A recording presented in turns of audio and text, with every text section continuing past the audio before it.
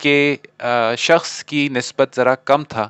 اور ہم بھی اپنا سر کھجاتے رہے کہ یہ کس طرح ہو سکتا ہے، کیونکہ وہ ماشاءاللہ خود بھی ڈاکٹر تھیں. ڈاکٹر بننے کے لیے آپ کو شدید جو ہے نا مینٹل ٹیسٹنگ سے گزرنا پڑتا ہے، اور ہر شخص ڈاکٹر نہیں بن سکتا ہے. تو وہ ماشاءاللہ بہترین ڈاکٹر بھی تھیں، سارا کچھ اپنا گھرداری سب کچھ سنبھال رہی تھیں. تو ہم اس کنکلوژن پہ پہنچے کہ ان کے لیے اس طرح کا برین کا سائز نارمل تھا، اور وہ سیریبرل ایٹروفی کوئی بیماری نہیں تھی. اور یہ سمجھانے میں خاصا وقت تو لگا، لیکن الحمدللہ فائنلی وہ سمجھ گئیں.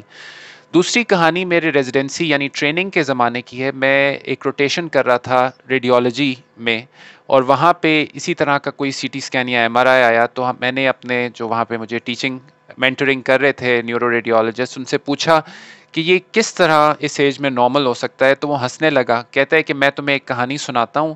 کہ جب وہ خود ریزیڈنسی کر رہا تھا، ٹریننگ کر رہا تھا اپنی university of California San Francisco UCSF میں، اس نے کہا کہ میرا استاد جو تھا اسی طرح کی اس نے ایک ایم آر آئی پہ یا سی ٹی اسکین ہوگا غالباً اس وقت، ایک مریض کو اس نے سیریبرل ایٹروفی رپورٹ کر دیا.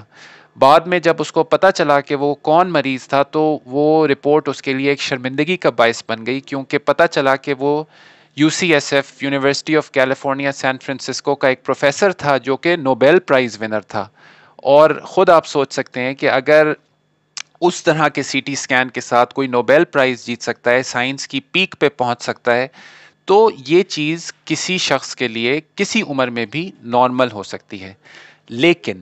عموماً سیریبرل ایٹروفی ان لوگوں کا رپورٹ کیا جاتا ہے جن لوگوں کی ایج نمبر 1 زیادہ ہوتی ہے، اور نمبر 2 ممکن ہے ان میں سے کچھ لوگوں میں یا تو نسیان کی بیماری کی علامات ظاہر ہو چکی ہوں، یا پھر آنے والے وقتوں میں نسیان کی بیماری کی علامات ظاہر ہونے والی ہوں.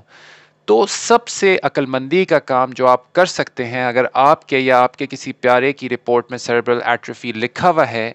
سب سے عقل مندی کا کام یہ ہے کہ آپ وہ رپورٹ اور اس مریض کو لے کر ایک نیورولوجسٹ کے پاس، اپنے قریبی کسی قابل نیورولوجسٹ کے پاس جائیے، اور ان کے اوپر چھوڑیے کہ وہ اس رپورٹ کا، اس نتیجے کا جو بھی لب لباب ہے وہ صحیح طریقے سے آپ تک پہنچائیں. اور اگر خدا نخواستہ کسی بیماری کی طرف یہ ہنٹ کر رہا ہے تو آپ کو اس کے متعلق آگاہ کریں تاکہ مناسب اس کے لیے اقدامات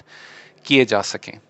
2021 چل رہا ہے، اور اس دور میں بھی ڈیمنشیا یا نسیان کی بیماری کو ڈائیگنوز کرنے کا، تشخیص کرنے کا طریقہ ایک نیورولوجسٹ کا معائنہ ہی ہے.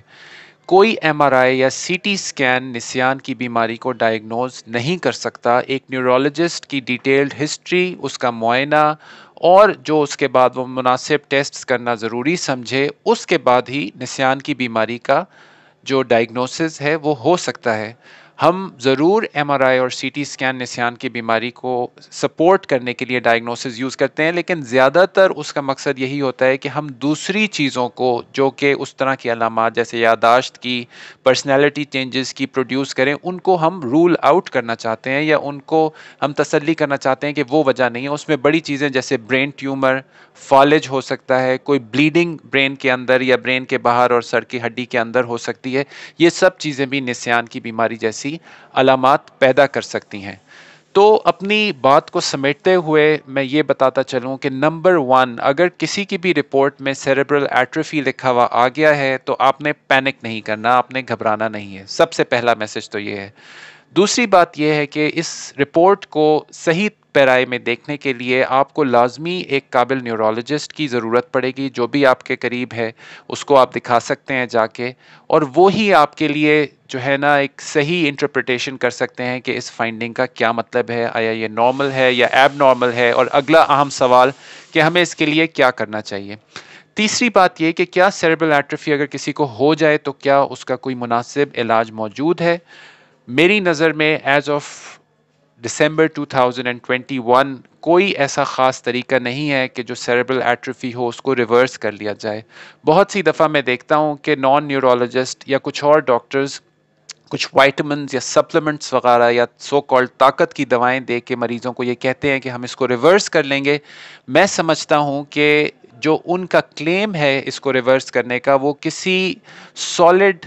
ریسرچ یا سائنس میں اس کی بنیاد نہیں ہے اور وہ ایسا کرنے میں کامیاب نہیں ہوتے ہیں، اور ایک طرح کا مریض کو دھوکہ ہو رہا ہوتا ہے اور جھوٹی امید بن رہی ہوتی ہے کہ ایسی کوئی چیز ہو جائے گی۔ آخری بات یہ کہ آئندہ زندگی میں ڈیمنشیا اور ایسی جو نیورو ڈیجنریٹو بیماریاں ہیں اس کو بچنے کے لیے کوئی سالڈ چیز ابھی تک سائنس نے ہمارے سامنے تو نہیں رکھی ہے، لیکن جو چند چیزیں میں آپ کو بتا سکتا ہوں کہ اگر آپ نوجوان ہیں اور آپ سوچتے ہیں آپ کی فیملی میں کسی کو ڈیمنشیا نسیان کی بیماری ہوئی ہے اور آپ سوچتے ہیں کہ کیسے میں اس سے آئندہ زندگی میں بچ سکتا ہوں، تو چند ٹپس میں آپ کو ضرور دوں گا۔ نمبر 1، ایک ہیلتھی لائف سٹائل مینٹین کریں،